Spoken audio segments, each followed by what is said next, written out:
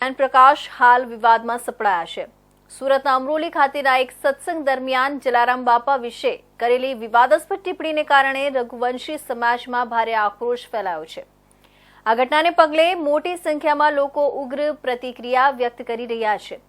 વિવાદ વધતા જ્ઞાનપ્રકાશ સ્વામીએ માફી માંગી છે અને વિવાદાસ્પદ વિડીયો ડિલીટ કરી દીધો છે।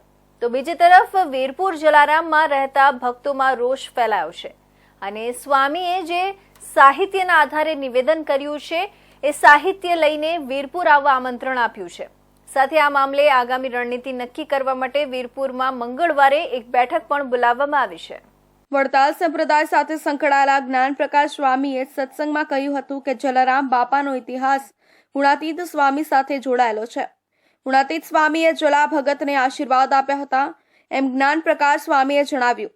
તેમણે વધુમાં ઉમેર્યું, જલારામ બાપાએ સદા વ્રત માટે ગુણાતીત સ્વામી પાસે આશીર્વાદ માંગ્યા હતા કે સ્વામી, મારું એકમાત્ર લક્ષ્ય છે કે ઈચ્છા છે કે અહીં કાયમ માટે સદા વ્રત ચાલે અને જે કોઈ અહીં આવે એને પ્રસાદ મળે।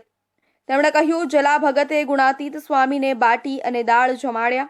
ગુણાતીત સ્વામીએ જલા ભગતને આશીર્વાદ આપ્યા હતા કે તમારો ભંડાર કાયમ માટે ભર્યો રહેશે। નોંધનીય છે કે આ નિવેદનથી જલારામ બાપાના ભક્તોનું મન દુઃખી થઈ ગયું છે। જ્ઞાનપ્રકાશ સ્વામીના જલારામ બાપા પરના નિવેદનથી રોષ જોવા મળ્યો છે। રઘુવંશી સમાજે જ્ઞાનપ્રકાશ સ્વામી સામે ભારે આક્રોશ વ્યક્ત કર્યો છે। સત્સંગનો વિડીયો વાયરલ થતા ઠેર ઠેર વિરોધ અને રોષ જોવા મળી રહ્યો છે। જલા ભગતે સ્વામીની પાસે આશીર્વાદ માંગ્યા કે સ્વામી, મારો એકમાત્ર લક્ષ્ય કે ઈચ્છા છે કે અહીંયા કાયમને માટે સદાવ્રત ચાલે અને જે કોઈ આવે એ બધાને અહીંયા પ્રસાદ મળે, ભોજન મળે એવી મારી ઈચ્છા અને એવો મારો સંકલ્પ છે। ગુણાતીતાનંદ સ્વામી કે બહુ સારું, તો પેલા અમને તો જમાડો। સ્વામી કે અમને તો જમાડો। જલા ભગત બહુ રાજી થઈ ગયા અને બાપાએ સ્વામીને બાટી અને દાળ જમાડ્યા। આપણે કે દાળ બાટી, એ વખતે દાળ બાટી બહુ સામાન્ય ખાણું કહેવાતું। દાળ બાટી સ્વામીને જમાડ્યા।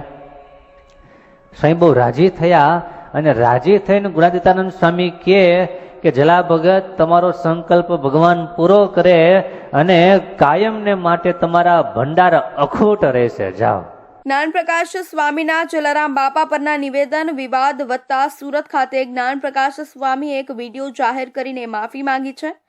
વિડીયોમાં તેમણે જણાવ્યું છે કે સંત શિરોમણી જલારામ બાપાના ચરણોમાં સત વંદન સાથે મારી વાત રજૂ કરું છું। થોડાક સમય પહેલા એક બુકમાં એક પ્રસંગ મેં વાંચ્યો હતો, એ જ પ્રસંગ એક મેગેઝિનમાં પણ વાંચ્યો હતો। મને લાગ્યું કે આમાં જલારામ બાપાની ખૂબ સારી વાત કરવામાં આવી છે।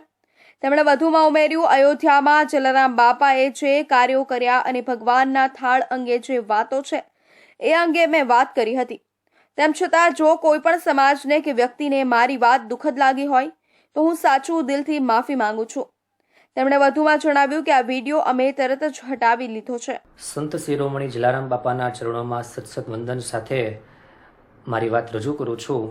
થોડા સમય પહેલા એક બુકમાં આ પ્રસંગ મેં વાંચેલો અને એ જ પ્રસંગ લોકસત્તા જનસત્તા નામના એક મેગેઝિનમાં પત્રમાં આ પ્રસંગ મેં વાંચેલો અને મને એવું લાગ્યું કે આમાં જલારામ બાપાની ખૂબ સારી વાત કરવામાં આવી છે।